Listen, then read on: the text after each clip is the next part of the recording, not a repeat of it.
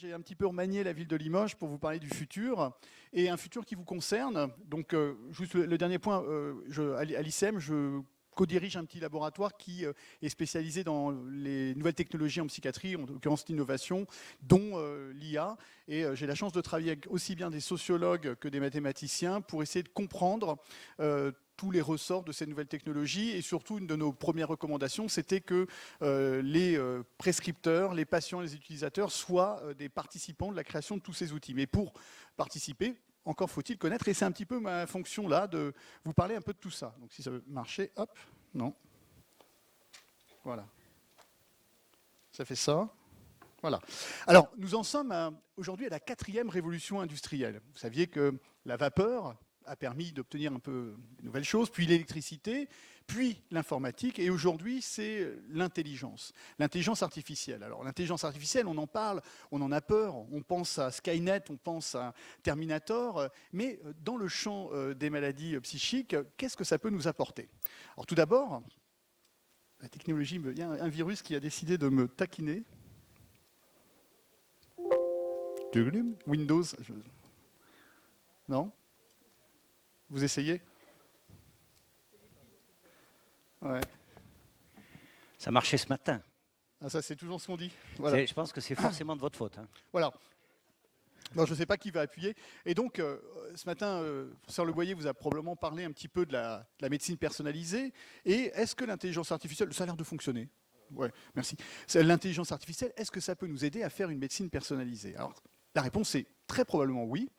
La question maintenant, c'est est-ce qu'on l'utilise ou est-ce qu'on ne l'utilise pas? Qu'est-ce que peut nous apporter l'intelligence artificielle et qu'est-ce que ça remanie dans la relation médecin-patient, ce dont je vais parler aujourd'hui? Reprenons un petit peu l'histoire. En 1956, une conférence va se tenir à Dartmouth où on va installer les prémices de l'intelligence artificielle et plus tard ce qu'on appelle les apprentissages supervisés. Tout un lot de mathématiciens, sémanticiens, linguisticiens vont élaborer les prémices de ce que va être l'intelligence artificielle. Là, on voit McFly qui va parler justement de cette intelligence qui va être censée reproduire le comportement des humains. Et au début, l'ordinateur que vous voyez là est à peu près 50 fois moins puissant que n'importe quel téléphone que vous avez dans votre poche, mais à l'époque, c'est déjà complètement énorme. Alors, qu'appelle-t-on intelligence artificielle? Déjà, comprenons qu'aujourd'hui, on est loin d'une intelligence métacognitive, on est plutôt sur des intelligences dites faibles. Qu'est-ce qu'une intelligence faible? Eh bien, un jeu d'échecs électronique. Eh bien, un simulateur qui calcule le chargement optimal pour une entreprise. L'intelligence artificielle faible, c'est une intelligence qui est programmée pour une tâche et une seule. Mais effectivement, comme elle est programmée pour une tâche et une seule et que sa capacité de calcul nous dépasse de loin, cette intelligence-là est plus forte que nous dans le domaine. Ce qui ne veut pas dire qu'elle est plus intelligente, elle est juste plus nombreuse. Alors, ce vers quoi on essaye de tendre, du moins les chercheurs en IA, c'est vers des intelligences dites fortes. Qu'est-ce que c'est que fort? C'est des intelligences qui auraient des propriétés un petit peu plus importantes que celles des faibles, et par exemple capables d'apprendre par elles-mêmes, ou alors de raisonner de manière purement logique. Mais elles sont dites froides. Elles correspondraient un petit peu à notre partie cartésienne au niveau cérébral. Mais ce vers quoi on tend, et finalement l'idéal et le fantasme du chercheur en IA, c'est une intelligence artificielle forte, dite sensible. Cette intelligence forte, dite sensible, aurait une métacognition, elle serait capable de se voir agir, de se voir penser, elle aurait une représentation du monde, elle aurait une conscience d'elle-même et du monde. Elle serait comme nous, mais avec son mode de pensée un petit peu à elle. On en est loin, mais c'est celle qui nous angoisse un petit peu. Nous, aujourd'hui, on va surtout parler de ce qui existe, c'est ces intelligences artificielles dites faibles. Alors, il y en a partout. Moi, je raconte toujours, j'ai été une heureuse victime d'une intelligence faible. Quand j'ai été chef de clinique, j'ai demandé mon prêt pour acheter une maison à l'époque, et ils se sont trompés, ils ont mis chef d'une clinique, et j'ai tout eu. Algorithme hyper pratique, donc il avait plutôt bien marché. En fait, vous en avez, quand vous faites Google, vous avez tous vécu cette expérience, vous tapez 2 lettres et vous avez le mot qui sort. On est limite un peu persécuté par le truc, on se dit, oula, ils vont bien loin. Simplement, c'est juste de la définition de ce qu'on appelle vos bulles, où on est capable de prédire à peu de choses près quels vont être vos désirs, parce que ça d'un point de vue probabiliste, c'est dans ce champ que ça se passe. On en a dans la reconnaissance de visage, dans la reconnaissance de caractère, dans l'extraction de données, chercher les comportements humains, ce que vous proposent par exemple les grandes enseignes de commerce en ligne, ils savent à peu près ce que vous aimez et ils vous proposent en vous faisant croire que c'est votre décision, mais tout ça marche avec des petites IA. Google, je vous en parlais à l'instant, mais quid du médecin et quid de cette relation que l'on a avec les patients? Alors, à quel moment l'IA peut intervenir dans le champ des troubles psychiques? Elle peut intervenir avant que le trouble apparaisse ou avant qu'une symptomatologie émerge. À la fois, ça peut être excessivement intéressant et en même temps très effrayant. Pendant, ça peut nous aider à prendre des décisions. Ça peut optimiser certains de nos choix. Ça peut aider à faire mieux et à choisir les bons médicaments, par exemple, adaptés à la bonne situation. Et bien sûr, après, pour maintenir un état et éviter que l'on ait de rechute. À chaque fois, vous voyez qu'on est toujours pris entre la possibilité d'un bénéfice et un risque fantasmé ou réel. Alors, anticipation aux science-fiction. Aujourd'hui, ça existe, c'est là. Concrètement, peu d'applications sont en soins courants, mais probablement dans les 5 prochaines années, il va y avoir beaucoup plus d'outils qui vont se développer. Rien que sur la recherche des biomarqueurs. Vous savez que c'est très compliqué de trouver des biomarqueurs parce que dans le champ de notre discipline, ils sont plutôt sensibles. C'est-à-dire que s'il y a une perturbation, qu'il y a une pathologie, on va la capturer, mais elles sont rarement dites spécifiques. C'est-à-dire qu'elles ne concernent pas que la psychiatrie. Et pour chercher, par exemple, en génétique, on est soumis à des dizaines de variants, des dizaines de gènes différents. Le cerveau humain a bien du mal à choisir. Vous mettez ça dans une petite machine qui calcule, elle est capable, par sa puissance, de classifier, de tester des différences potentielles entre des groupes, entre des biomarqueurs, mais de manière très facile. Ce n'est pas grand-chose, c'est de la puissance de calcul. Elle peut tester 1000, 2000, 3000, 4000, 5000 situations sans aucun problème. C'est juste de l'algorithmique et des mathématiques, mais peut-être aller déterminer quel peut être, par exemple, un marqueur intéressant d'un point de vue biologique. Des signatures biologiques de la pathologie. Par exemple, un de mes amis a mis au point un appareil où, à partir de petites bactéries qu'il a transformées, elles sont capables de réagir au taux de cortisol dans le sang, hormone du stress, entre autres. Elles se colorent en fonction du taux, et avec un smartphone, vous prenez la photo de la coloration, et ça vous dit votre taux de cortisol. Ce qui veut dire qu'en temps réel, on pourrait déterminer, par exemple, avec un petit outil comme ça, votre niveau de stress, et prédire des variations qui elles-mêmes peuvent être prédictives de la survenue de troubles ou pas. Donc vous voyez, des biomarqueurs, un peu d'informatique, beaucoup de possibilités s'offrent à nous. Mais là où vraiment, pour moi, c'est sur quoi je travaille, un concept très puissant de phénotype, en anglais on dit digital, mais en français ça serait numérique, je me suis déjà fait taper sur les doigts avec ça, qui a été introduit par Jane en 2015 et repris par John Torus en 2016 dans le champ de la psychiatrie. Un phénotype, c'est quoi? C'est le résultat entre une interaction d'un environnement et de gènes. L'intérêt de ce phénotype numérique, c'est qu'en fait, à partir d'un outil simple, celui-là, on peut déterminer tout un tas de paramètres qui eux-mêmes peuvent être en lien avec des comportements qui peuvent signer ou non l'expression d'un trouble. En gros, on va capturer ce qu'on appelle des données passives. Qu'est-ce que c'est que ces données passives? Ce sont des données qui sont dites objectives parce qu'elles ne demandent pas l'intervention d'un être humain pour qu'elles soient capturées. Par exemple, le nombre de mes pas. Vous avez tous des podomètres qui vous calculent le nombre de vos pas. Analysons maintenant la nature de mes pas. Si je fais 10 000 pas par jour, mais toujours le même chemin, qui est celui du point A au point B que je prends pour aller travailler, nulle inquiétude. Mais tout d'un coup, je me mets à faire 10 000 pas, mais en rond.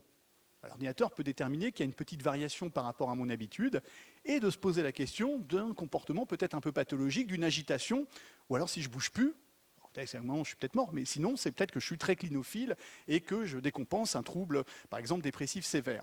Donc vous voyez, cette information couplée à un travail d'intelligence artificielle peut nous éclairer sur un comportement. Croisé avec d'autres, multiplié par la puissance de calcul, par exemple la voix. Est-ce que vous parlez plus vite, moins vite, beaucoup, à quelle heure, à qui, comment? Calculons même le contenu de la voix, c'est pas compliqué, on fait ce qu'on appelle des lémmatisations et segmentisations. C'est une analyse vectorielle du langage et nous sommes capables de déterminer, dans certains cas, si un patient souffrant de schizophrénie risque à un moment de transiter vers un épisode aigu ou pas. Bien sûr, ça demande d'être affiné, mais c'est possible. Alors, on a inquiétude. Est-ce qu'on ne peut pas nous contrôler? Bah oui. Sur Twitter, avec 5 paramètres, les gens sont capables de faire des diagnostics. Et deuxième phase d'une étude, c'était de déterminer si les gens prenaient leur traitement ou pas. Donc vous voyez, ça interroge. Mais sur Facebook, les gens le font avec les conduites suicidaires. Le GPS, l'accéléromètre, la communication, votre activité sur l'écran, les émoticônes, tout ceci constitue une signature numérique potentiellement de comportements qui peuvent être normaux ou pathologiques. De l'autre côté, les données dites actives. Qu'est-ce qu'une donnée active? C'est une donnée où on vous demande, tiens, comment vas-tu aujourd'hui? Cote de 0 à temps tes émotions, cote de 0 à temps ta tristesse, ton énergie. En gros, ce qu'on appelle des symptômes des évaluations momentanées écologiques, couplés avec des biocapteurs. On peut mesurer ma tension artérielle, ma conductance cutanée, ma variation d'amplitude du rythme cardiaque, mon cortisol. Eh bien, tous ces paramètres vous donnent, dans le champ d'un trouble, des possibilités de marqueurs numériques qui, couplés à l'IA, peuvent vous donner des états et des transitions. Phénotype numérique.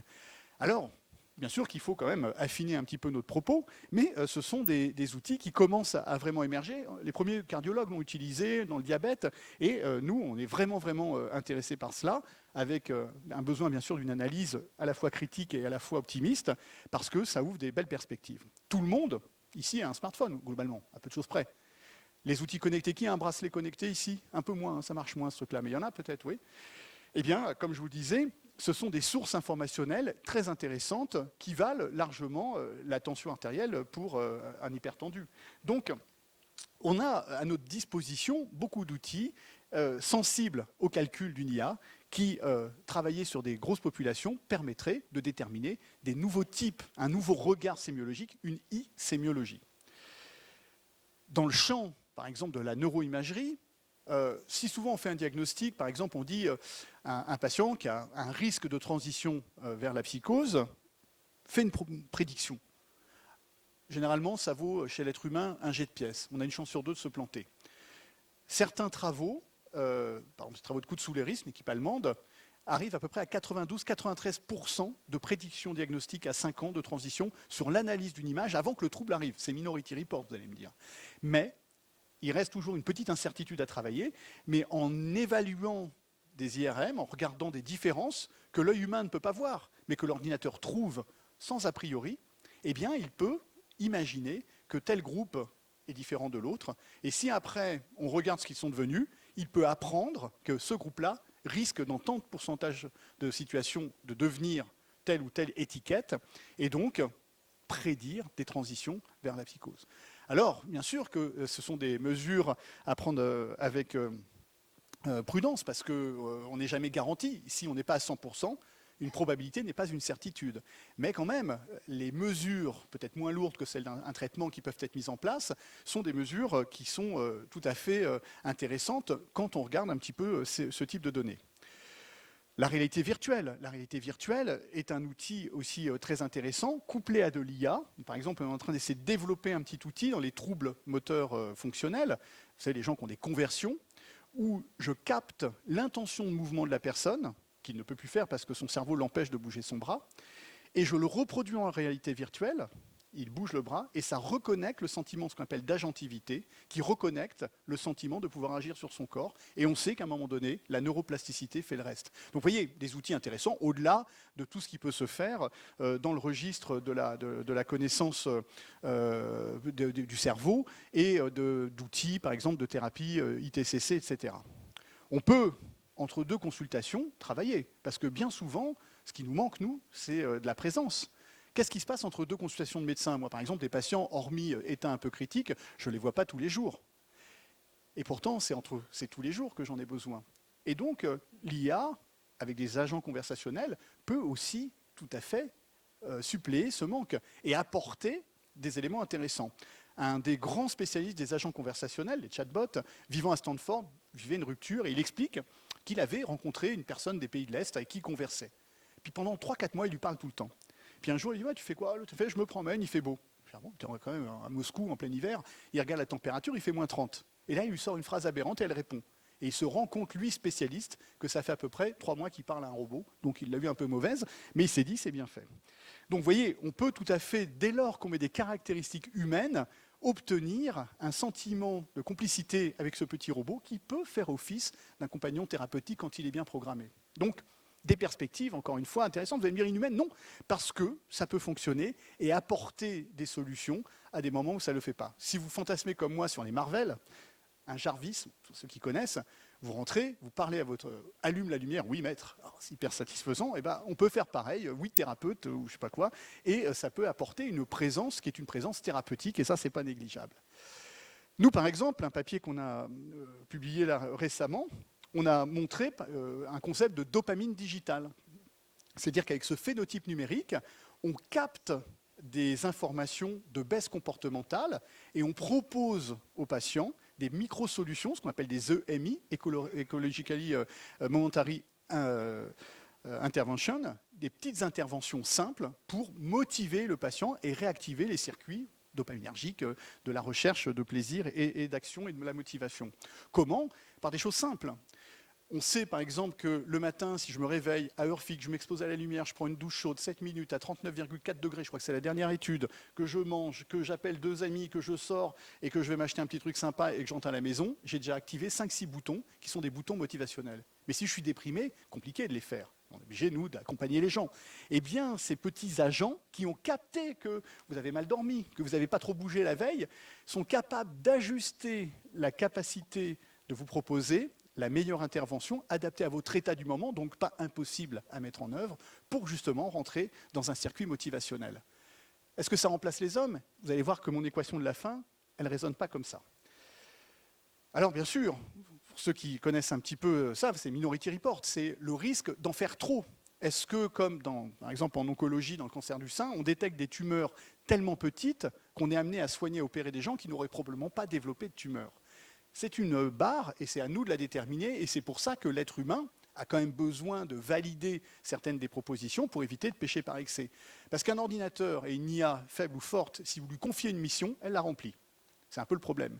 C'est pour ça qu'on est même en train d'insérer, enfin c'est des hypothèses pour certains chercheurs, de mettre de l'imperfection dans l'imperfection de l'IA. De lui apprendre que ça ne peut pas marcher à 100%. Pourquoi? Pour éviter que si elle vous trouve sur son chemin, elle dise bah non, ma mission c'est ça, et qu'elle vous éradique.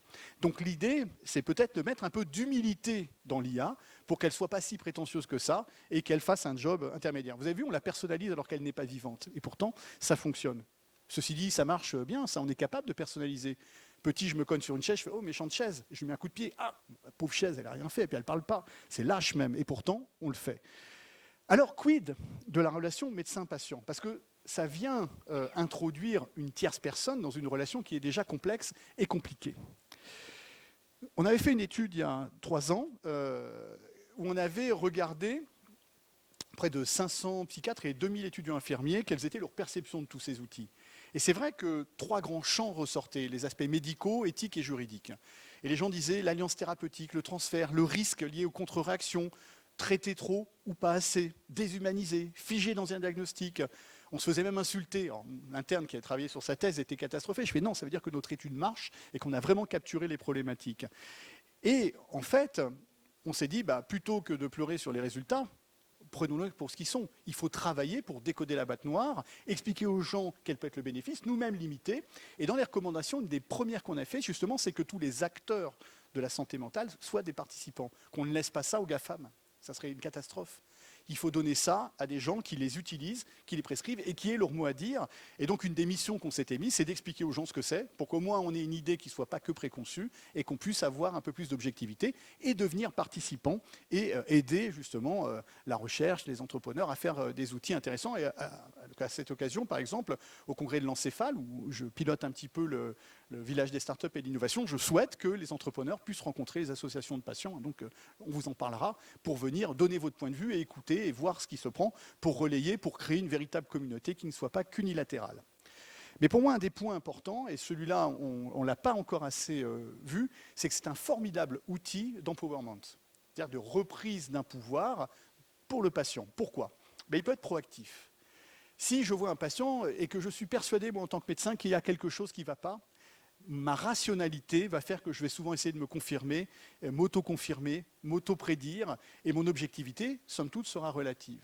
Or, là, le patient peut arriver avec des données. Dans son téléphone, il a capturé 1 mois de troubles du sommeil ou pas. il a capturé 1 mois d'activité physique ou pas. Et ce que je peux regarder, c'est bien plus que ce qui s'est passé sur les 2-3 derniers jours. Comment avez-vous dormi ces derniers jours? Comment vous dormez en ce moment? Souvent, les gens vont dire mal. Mais mal, pourquoi? Parce que hier ou avant-hier, ils ont mal dormi.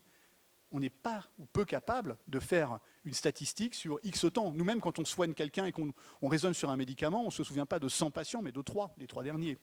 Là, vous avez à votre disposition des outils qui sont des contrepoids. Des outils qui sont objectifs et qui disent non, je vous dis que ça va, regardez la preuve, j'ai marché. Sauf hier, j'avais mal aux pieds. Et là, je peux interpréter mes résultats complètement différemment. Donc pour ça, c'est un outil qui peut être intéressant et c'est aussi pour cela que je dis toujours que les patients doivent aussi aider à apporter leur expertise, ou les familles, pour justement dire ce qui peut être important et ce que souvent ils perçoivent comme une lacune dans l'interaction avec le médecin. Et surtout, Sir William Thomson, qu'on connaît plutôt sous le nom de Kelvin, disait « ne s'améliore que ce qui se mesure ». Vous avez aussi des éléments qui permettent d'aller du point A au point B. Quand on dit, par exemple dans le service, moi je ne supporte pas quand tu fais comment ça se passe? Ah, il va mal. Ah, il va mal. Il y a quand même beaucoup de symptômes derrière il va mal. J'aime la précision parce que, pas que je sois un grand obsessionnel, c'est simplement qu'à partir de cette précision, je sais où je vais. Et que ne s'améliore que qui se mesure, c'est-à-dire que mes interventions prennent du sens parce que, justement, je vois si ça marche ou si ça ne marche pas. Là, vous avez en matière prospective la possibilité d'avoir des marqueurs. Quelqu'un qui ne bouge plus, qui d'un coup se met à remarcher, on mesure les pas et on voit qu'en plus, il prend des chemins qui ne sont pas n'importe lesquels, eh bien, il y a un changement comportemental. Donc, vous avez beaucoup de marqueurs objectifs qui sont bien supérieurs au simple recueil, qui lui n'est pas souvent objectif, de ce qu'on raconte dans une consultation, parfois au lance-pierre, parce qu'on est fatigué. Moi, je dis toujours, ceux que je vois en fin de journée ne sont pas soignés de la même manière que ceux du matin. Je suis KO, il y a du retard, ils sont fatigués, on en a marre, il commence à faire nuit, on n'a pas la même pertinence. Et bien là, ça permet de faire un rééquilibrage. Et on a même proposé là un papier qui vient d'être pris, où on a, à partir de ce phénotype numérique, c'est-à-dire cet outil de recueil de données qu'on peut analyser pour une signature sémiologique, essayer de voir, alors c'est en anglais, je m'excuse parce que j'ai repris le tableau qu'on a fait, de voir comment même des biais cognitifs, c'est-à-dire ces fameuses erreurs que l'on fait tous, surtout quand on doit penser vite, quand il y a beaucoup d'informations, quand on doit retenir, quand ça n'a pas de sens, des erreurs qui peuvent amener à des erreurs diagnostiques ou des erreurs thérapeutiques. Eh bien, ces outils, couplés à de l'IA, contrôlent une partie de ces erreurs que nous faisons habituellement. Regardez, on vient de traverser une période quand même complexe avec le Covid. On a quand même eu les cartes légèrement brouillées à la télé. Moi, je dis toujours, que penses-tu du vaccin? Je dis, je ne sais pas, je ne suis pas journaliste. On est quand même, à un moment, amené...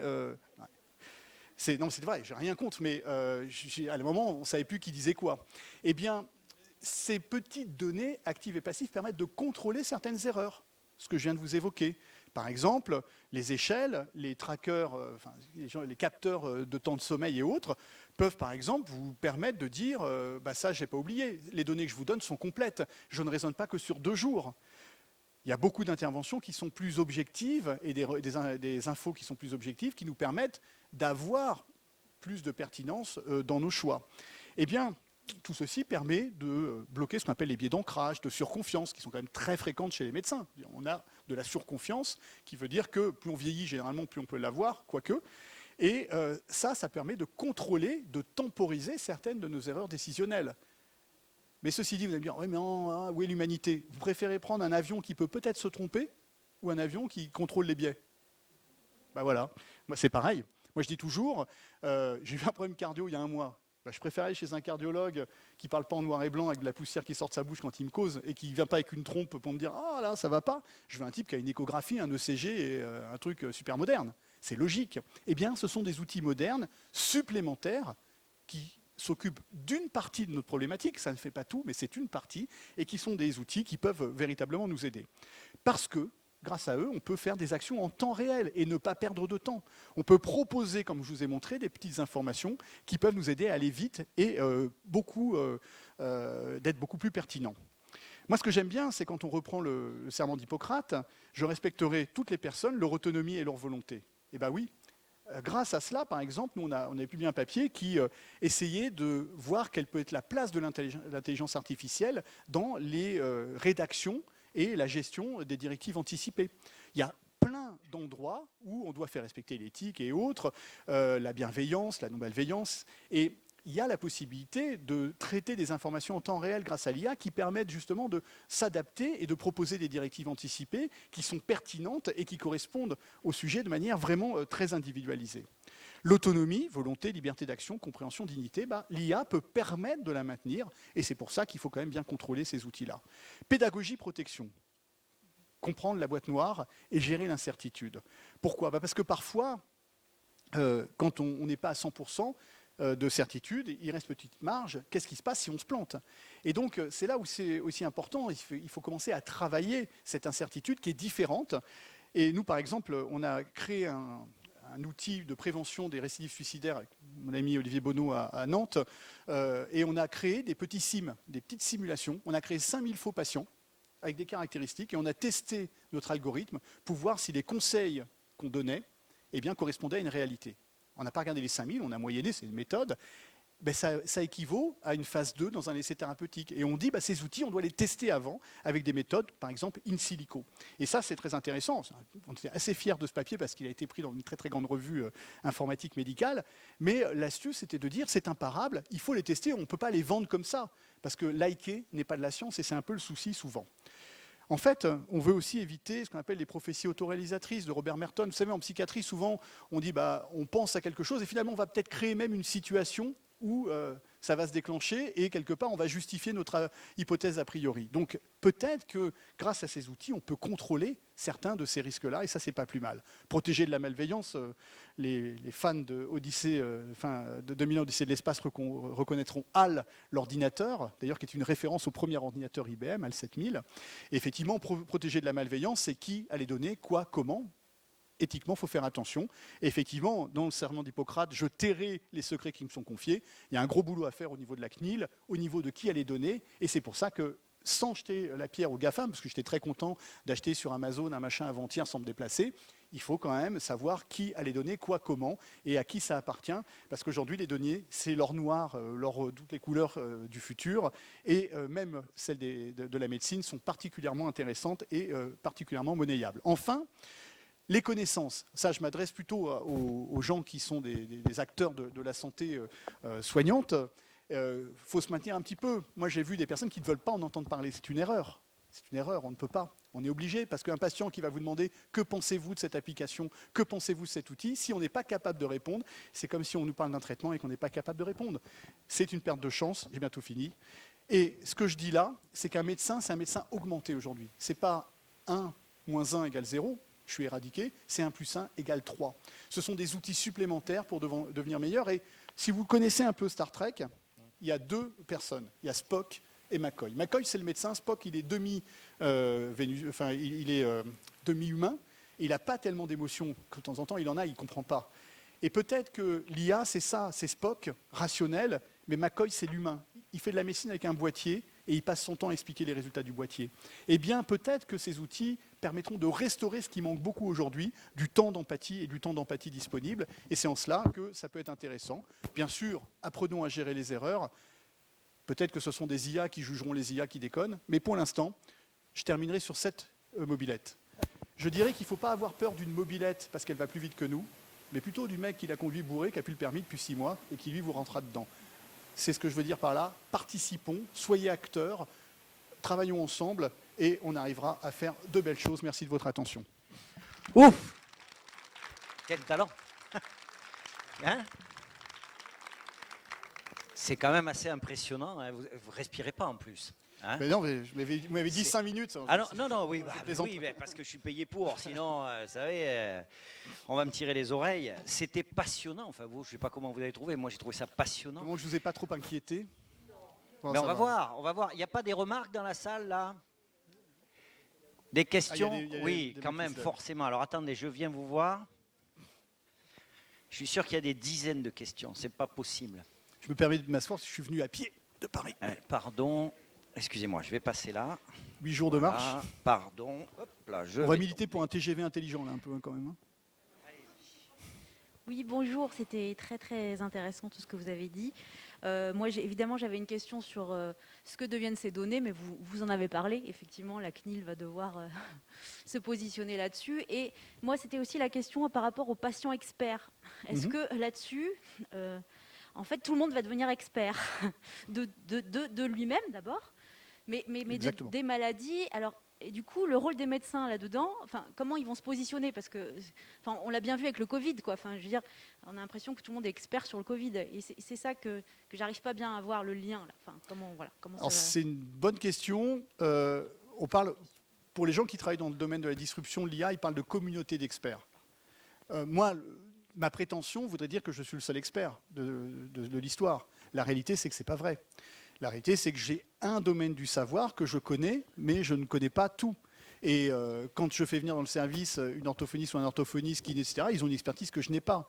Et sans eux, je ne peux rien faire. Moi, je dis toujours, le cabinet médical idéal du psychiatre, il a 10 pièces. Dedans, il y a certes un psychiatre, psychologue, neuroimageur, pharmacologue, coach sportif, nutritionniste, assistant social, enfin tous les travailleurs qui peuvent aider. Tout seul, on n'y arrive pas. Et donc, on est dans des communautés d'experts. Le patient expert a totalement sa place, puisque lui peut apporter des informations. Mais nous, c'est ce qu'on dit. Et d'ailleurs, je lance un appel. Il faudra qu'on en discute. Le Covid nous avait empêché de le faire. Mais on aimerait reproduire l'étude que nous avions faite sur la perception de la disruption auprès des associations pour avoir un point de vue objectif qu'on puisse faire remonter par des publications. Donc, une fois qu'on aura mis ça en place, ça avait été évoqué, le Covid nous a mis un peu dedans, ça nous apportera des informations. Mais le patient expert a sa place en tant qu'expert. Tout le monde est expert, oui, mais on parle vraiment de communauté d'experts. Et c'est ça qui est intéressant. Je ne sais pas si je réponds. Une autre question.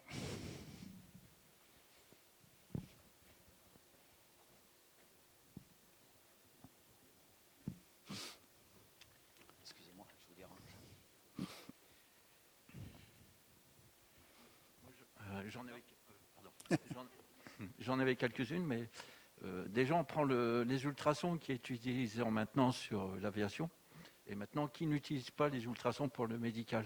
Alors, je suis désolé, j'ai l'impression de parler un robot, ça passe pas bien du tout là. On parle des ultrasons. Vous entendez mieux là?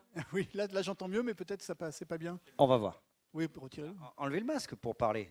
Voilà. Oui, les ultrasons, ils étaient utilisés à l'époque dans l'aviation, dans les années 70. Et maintenant, qui n'utilise pas les ultrasons dans le médical? En psychiatrie, les prochaines techniques de neuromodulation, il y a des utilisations d'ultrasons, mais pour guérir. Après, les ultrasons et l'IA, je ne vois pas le lien, c'est je veux dire, en médical. C'est une histoire de... c'est des nouvelles données qui arrivent, donc les gens ils sont un petit peu réticents au départ. Bien sûr, oui. C'est le progrès, c'est ça que vous voulez dire. Ok, d'accord. Oui. À propos de l'informatique, il y a l'informatique quantique qui arrive bientôt, qui est... je sais pas... C'est une histoire de binaire, mais là, ça multiplie les capacités. Totalement. Et on est aux portes de l'invention du quantique qui va multiplier encore. Et puis après, les capteurs aussi. Oh, pardon, excusez-moi. C'est votre téléphone, peut-être? Oui. Je vous l'avais dit de l'éteindre. Ne l'écoutez pas. Oui, donc moi, je pense qu'à terme, ça va se faire. Il y a bon espoir. Ça se fait, déjà. Oui. Ce sont des trains qui sont déjà en route. L'erreur serait de ne pas les voir et de ne pas vouloir les voir et justement de dire je ne prends pas de billets. Vraiment, je ne fais pas de la politique de base, mais c'est l'occasion pour toute une communauté d'avoir son mot à dire. Pour l'instant, dans le champ du commerce, dans le champ même, on le voit, politique et autres, on n'a pas trop eu le temps de dire un mot. Parce que ça a été plus vite que nous, entre guillemets. Là, il y a vraiment un travail à faire, une prise de conscience et une appropriation de ces outils. Et aussi bien les soignants qui doivent apprendre à les connaître et à pouvoir les expliquer. Moi, je trouve toujours compliqué de prescrire un médicament à quelqu'un si on n'est pas capable de lui expliquer. Les applications, il faut être capable d'expliquer comment ça marche, pourquoi ça marche, quelles sont les perspectives. Donc, c'est vraiment un des messages forts, c'est celui-là. Et celui ascendant, qu'on appelle bottom-up, de la part des utilisateurs les concernés, c'est de pouvoir dire « moi, je veux ça, moi, ça m'intéresse ». Et c'est vraiment pour ça qu'on veut faire des rencontres, pour avoir ces données-là, pas pour faire des sous. Alors, j'ai 3 questions par ici. Monsieur. Oui, bonjour. Votre intervention était assez passionnante. Je vais être un peu taquin envers vous et vos collègues. Quelle est l'approche et quel est le retour de ce nouveau domaine, on va dire, par rapport aux médecins ou au secteur médical? Alors, dans les médecins, l'étude que nous avions faite, c'est qu'on a montré vraiment des profils très différents. Vous savez, en économie, en marketing, il y a la ménagère de 50 ans, on a eu pareil. Il y a des profils très différents en fonction de la culture de métier, parce que j'ai pas eu le temps d'en parler, mais chaque métier a sa culture. Et là, on vient bouleverser des cultures. Et il y a des cultures de métier au sein de notre métier qui sont franchement opposées. Bon, c'est leur droit. Effectivement, il y a des orientations thérapeutiques qui ne voient pas en ces outils des solutions immédiates. Il y a des personnes qui sont plutôt inquiètes, mais vraiment pour conclure, la conclusion principale, je ne vais pas faire du Jean-Claude Van Damme et vous le dire en anglais, mais en français, ça donnait plutôt qu'un rejet massif, c'est un manque de connaissances qui anime la réticence. C'est tout. Comme d'habitude, quand on ne connaît pas, boule de feu, bouclier magique. Et après, on peut en discuter. Une prochaine question. Vous avez déjà fait un peu de Jean-Claude Van Damme. 1 + 1 = 3. Ouais. Je m'en excuse, n'y voyez pas de l'impertinence. Mais... La Van Damme, moi. Bien, on a une autre question ici. Merci. Donc, comment dire ça toute cette collecte de données, tout ça, comment on les utilise, c'est intéressant de voir comment ça va venir servir, utiliser la relation soignant-soigné. Mais toutes ces données, derrière, on ne peut pas, comment dire, on calcule combien de pas fait une personne, mais derrière, on ne sait pas qu'est-ce qui a motivé ces pas. Exactement. On ne peut pas tout... ces données, après, derrière, ne disent pas tout et ne sont pas qu'une fin en soi. Donc la motivation derrière la donnée, qu'est-ce qui fait se mouvoir une personne, ça, est-ce qu'on peut la calculer par l'intelligence artificielle ? J'ai envie de dire oui. Oui, peut-être pas tout de suite maintenant, mais on peut s'en approcher. On peut faire des probabilités générales de comportement global des gens, pas totalement individualisées au début, mais à la fin, ça s'individualise. La question, elle se pose déjà, encore une fois, quand je vous dis, vous tapez 3 lettres sur Google et que vous avez votre mot qui sort, alors que 3 lettres, c'est 3 lettres, c'est parce que ça s'inscrit dans quelque chose de plus global qui est une somme de vos comportements antérieurs qui permettent d'orienter certaines interprétations et des probabilités. Là, c'est exactement pareil. Les pas, c'est vrai que ça ne prend pas la motivation, ça va faire des déviations à la norme, à votre norme. Maintenant, c'est une bonne question parce qu'en y réfléchissant, il y a peut-être un moyen d'aller trouver 2-3 éléments qui peuvent dire bah, ça correspond à votre motivation parce que cet endroit-là, c'est un endroit que vous aimez et cet endroit, il correspond à ce qu'on appelle de l'hédonie motivationnelle, c'est-à-dire un comportement autogénéré par l'attente d'un but gratifiant vers lequel vous allez tendre. Et il vous est propre et il est reconnu. Mon père sortait du resto. Et il me dit, on m'a demandé de noter le resto alors que je n'ai même pas ouvert mon téléphone. Donc il y a de la captation. Et dorénavant, dès qu'il passe près de ce resto, hop, il y a la pub qui sort. Et il peut avoir envie d'y aller. Alors c'est provoqué par le truc. Mais ça, on est capable de déterminer. Sauf qu'aujourd'hui, ce n'est pas encore totalement le cas. Mais c'est envisageable. Après, il y aura des erreurs. Hein. On n'a plus jamais à 100% d'efficacité là-dessus. J'ai une autre question ici, mais je voulais juste rajouter quelque chose, puisque ça recoupait un questionnement que j'avais en vous écoutant. Moi, je suis fasciné par les nouvelles technologies. Dans tout ce que vous avez raconté, bien souvent, l'usager ou la personne est actrice, soit en tant qu'opérateur, soit parce que c'est elle qui permet d'identifier toutes les données qui vont être collectées. Mais qu'en est-il, est-ce que ce n'est pas l'étape d'en dessus, de la capacité d'analyse des variables de l'environnement ? Parce que, et on le sait bien aujourd'hui sur cette thématique-là, l'environnement a un impact énorme sur le retentissement du handicap ou des troubles. Ouais, là vous ouvrez une boîte dans la boîte, mais dire un téléphone, je ne sais pas si ça passe, et Google, météo du jour, Limoges. Il va me dire la météo. Cette météo, je peux la corréler à des paramètres puisqu'on les connaît. Ah mais il m'a dit, il fait nuageux. Merci, j'avais vu. C'est rare, c'est rare que ce soit nuageux à Limoges, je tiens à le préciser. Et donc, si, bien sûr que ça fait partie, un phénotype, comme on disait, c'est une vulnérabilité ou des gènes et un environnement. L'environnement peut être intégré totalement dans ces éléments. Il y a même un papier d'un doctorant psychanalyste qui parlait du phénotype numérique, mais demandait à ce qu'on puisse l'interpréter en fonction de l'histoire du sujet avec un soubassement théorique analytique. Donc, on peut intégrer de l'environnement propre et extérieur au sujet. C'est que du paramétrage. Très bien, une question encore. Que pensez-vous dans les maladies psychiques comme la schizophrénie, la médicodépression, la dépression, la possibilité des neurosciences d'agir sur la dopamine? Ça, c'est ma première question. Et deuxièmement... Approchez-vous là. Que pensez-vous des électrochocs qui sont destinés aux personnes qui sont réfractaires au traitement? Alors on sort un petit peu du débat pour la deuxième question. Vous pouvez répondre en tant que praticien. honnêtement, c'est une technique qui est pratiquée dans le service et par laquelle j'ai vu quand même beaucoup de patients être bien améliorés par cette technique. Elle est comme ça. Maintenant, il faut en améliorer le cadre, toujours, et essayer de l'optimiser. Pour la première, la dopamine, oui, c'était un des papiers qu'on a fait sur la dopamine digitale, où on essaie de quantifier un petit peu ce que peut être nos niveaux de dopamine digitale qui correspondraient à ce qu'on aurait dans la tête pour proposer des activations ou pas. Après, la dopamine ne fait pas tout. C'est un des neuromédiateurs, c'est 0,001% de nos neurones, versus le glutamate ou le GABA qui sont 30 et 40% de tous nos neurones. La sérotonine, pareil, c'est un tout petit peu. C'est des circuits puissants qui s'activent, et ces outils peuvent aider à motiver un petit peu. Sachez par exemple que le simple fait d'activer votre podomètre fait augmenter en moyenne de 2500 pas la pratique des gens du moment qu'ils regardent par jour. 2500 pas, ce qui est à peu près une des recommandations OMS de base. Donc la dopamine, oui, il n'y a pas que, mais c'est important. Merci. Madame. Bonjour, j'aurais voulu savoir où et comment se forme-t-on à ces Super question. En fait, j'ai envie de monter dans l'entreprise, mais je ne sais pas comment. Je n'ai pas vu la porte. Alors, on se forme peu encore. Par exemple, au niveau de l'université, à Paris, il y a un DU de médecine numérique. Là, l'INSERM a commandé un rapport. J'ai eu la chance d'écrire la partie psychiatrique. C'était commandé par Villani, je crois.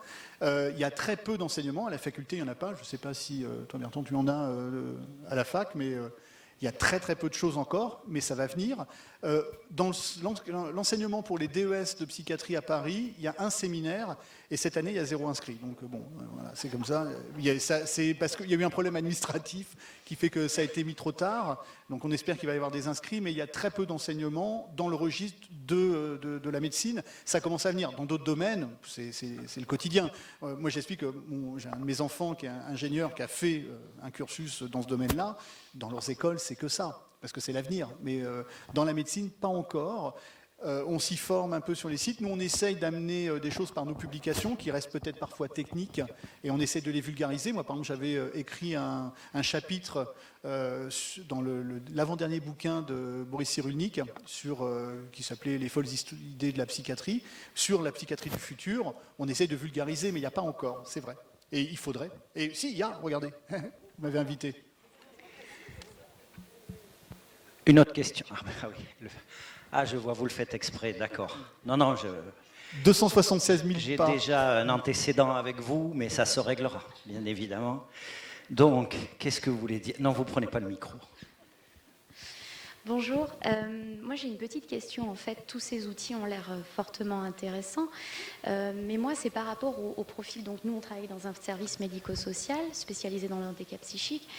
Ces outils-là qui pourraient être donc utiles aux usagers qu'on accompagne, comment en fonction de leur profil et de leur pathologie expliquer que ces outils-là peuvent être utiles, accessible pour eux et sans que ça puisse générer ou des angoisses ou par exemple sur des profils un peu paranoïaques, etc., des questionnements et montrer la possibilité de les aider et non pas de venir leur mettre des difficultés et donc du coup de créer un accompagnement efficient. C'est une bonne question qu'on me pose souvent en fait. Il y a des patients, la première fois qu'on avait parlé c'était au ministère. Et il y a 3-4 patients qui ont levé la main et fait non, moi ça ne me fait pas peur. Alors c'est eux. Mais je pense qu'on a des représentations aussi a priori qui font que on imagine que. Maintenant, tant qu'on n'a pas vu, on ne sait pas. Mais par contre, ce que vous dites est intéressant dans la mesure où il faut quand même préparer notre discours d'accompagnement pour l'introduction de ces outils. Mais comme pour un traitement médicamenteux. Il n'est pas facile de prendre un médicament tous les jours. Les gens qui en prennent le savent. Genre, moi, j'ai découvert ça il y a 1 mois et demi, des médicaments cardiologiques. Tous les matins, je prends mon sachet. La première fois qu'on me l'a mis, ça m'a fait tout drôle. Pourtant, je sais que c'est important. Et j'ai un bien grand mal à ne pas les arrêter. Parce que je suis comme tout le monde. Donc, si mon médecin cardiologue a réussi à m'expliquer comment faire, je me dis qu'il y a toujours un discours qui est possible. Et il reste à inventer, à accompagner en fonction des spécificités. Et les relations singulières, justement, c'est ce que je disais sur Hippocrate 2.0, font que ça passe peut-être un peu mieux. Il y a des moyens d'expliquer, et quand on a déjà fait un travail en amont de relations, ça passera peut-être mieux. Pour certains, ça ne passera pas. Il y a des traitements qui sont adaptés, d'autres pas. Adaptons-les, c'est tout. Mais c'est une vraie question aussi, et je pense que là, elle a besoin de la communauté d'experts. Merci beaucoup. On va passer à l'autre invité. Attendez, ne partez pas. Je voulais juste demander à Madame Richard un petit peu ce qu'elle en pense justement de cette approche. On sait que vous avez une proximité particulière avec les familles. D'après vous, ce qui vient de nous être présenté là, est-ce que ça rentre, ça peut rentrer concrètement dans la vision, dans la posture, dans l'accompagnement des familles? Un peu compliqué de vous répondre par oui ou par non, hein. Donc je vais faire la réponse du Normand, même si je suis à Limoges. Je pense que d'abord, on est toujours très très content d'entendre toutes ces innovations, parce qu'effectivement, elles ouvrent des voies, elles ouvrent de l'espoir. C'est vrai que les outils connectés, il va falloir... on sait que c'est vraiment un moment important. Maintenant, en vous entendant, je pensais à une jeune femme qui est schizophrène et son psychiatre a dit « Tu ne dois pas aller sur Internet ». Et du coup, comment... voilà, je suis désolée de vous envoyer ça, mais... C'est pas moi. Mais c'est vrai qu'on parle beaucoup d'outils connectés, mais il va falloir effectivement que l'ensemble du corps médical, du corps social, du corps médico-social et des familles, nous n'en ayons pas peur. Parce qu'aujourd'hui, on est sur la mobilette. Et donc, le risque de tomber est certainement très grand, mais il faut qu'on nous apprenne à conduire. Et nous, les familles aussi.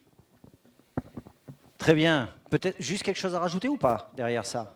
C'est vous qui conduisez la mobilette? Non, j'aime pas moi je fais du vélo. Non, j'étais en train de me dire, mais il faut que je vous écrive des petites newsletters de temps en temps pour vous. Ça me filait du boulot en plus, mais bon, je crois que je vais le faire.